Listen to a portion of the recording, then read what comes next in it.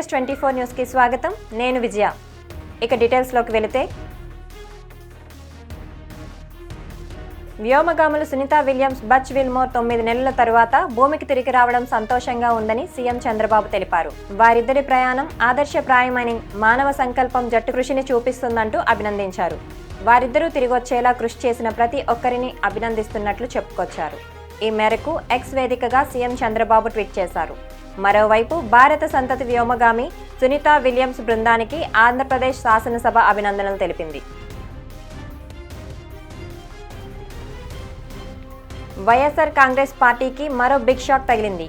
మరో నేత వైఎస్ఆర్సీపీకి గుడ్ బై చెప్పేశారు. ఎమ్మెల్సీ మర్రి రాజశేఖర్ పార్టీకి రాజీనామా చేశారు. ఇప్పటి వరకు 4 ఎమ్మెల్సీలు పార్టీకి రాజీనామా చేసిన విషయం తెలిసిందే. పోతుల సునీత, వల్లి కళ్యాణ్ చక్రవర్తి, కర్రి పద్మశ్రీ, జయమంగళ వెంకటరమణ పార్టీకి రిజైన్ చేశారు.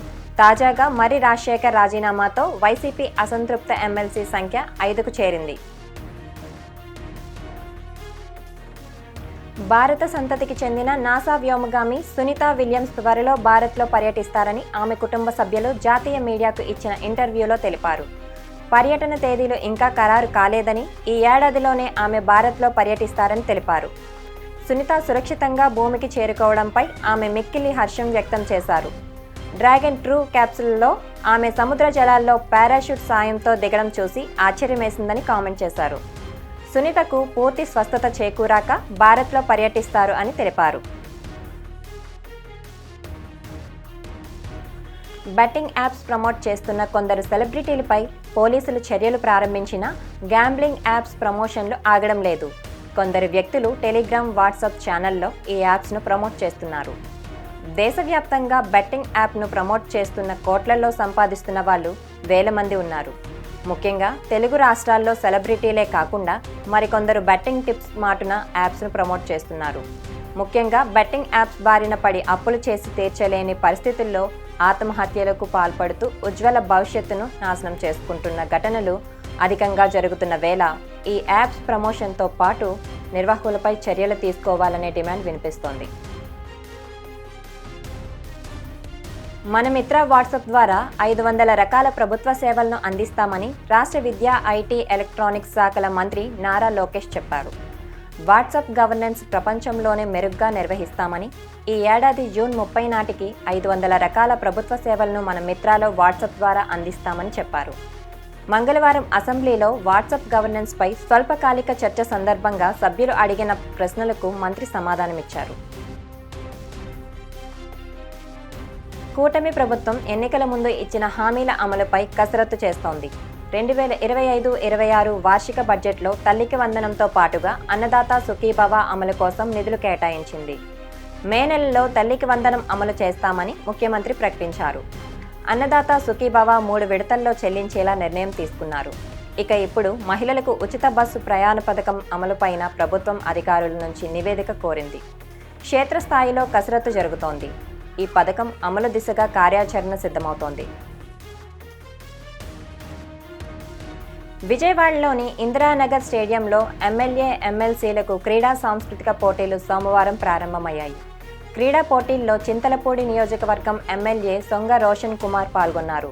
విద్యార్థుల్లో, యువతలో క్రీడా స్ఫూర్తిని పెంపొందించేందుకు ప్రభుత్వం ఎమ్మెల్యే, ఎమ్మెల్సీలకు క్రీడా పోటీలు నిర్వహించడం జరిగిందని ఆయన తెలిపారు.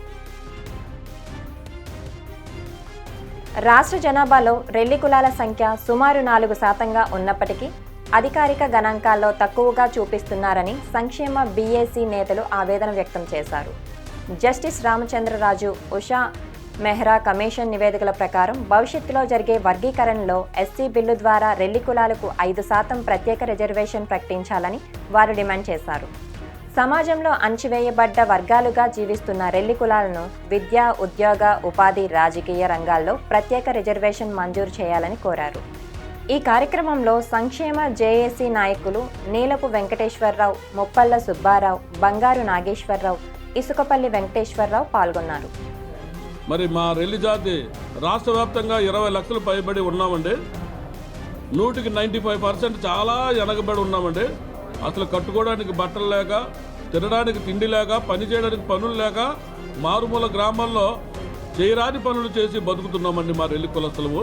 పట్టణాల్లో ఉండే వాళ్ళు మాత్రమే కొద్దిపాటి ఉద్యోగాలు చేస్తున్నారు.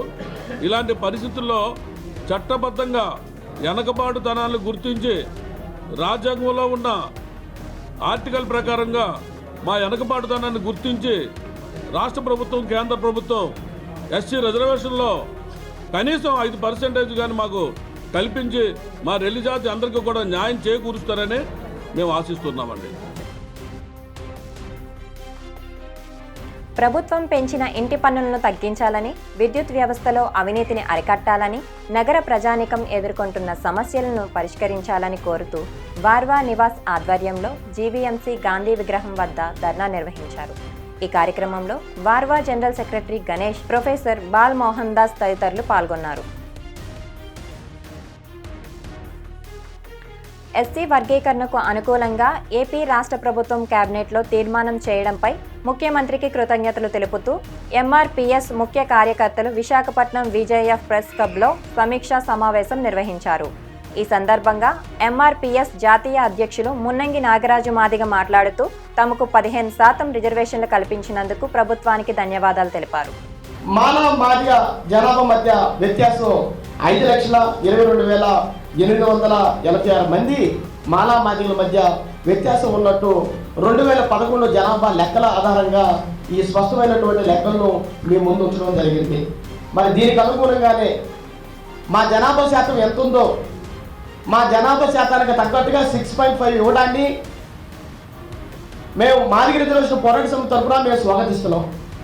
అలాగే మా సోదర కులస్తులు, మా మాల సోదర కులస్తులు ఎవరైతే ఉన్నారో వారు మాకన్నా కూడా 5,22,000 మంది పైచిలకు వారు ఉన్నారు కాబట్టి వాళ్ళకు 7.5% రావడం అనేది అది న్యాయబద్ధమైనటువంటి రిజర్వేషన్ శాతంగా పరిగణించి మేము దాన్ని కూడా స్వాగతిస్తున్నాం.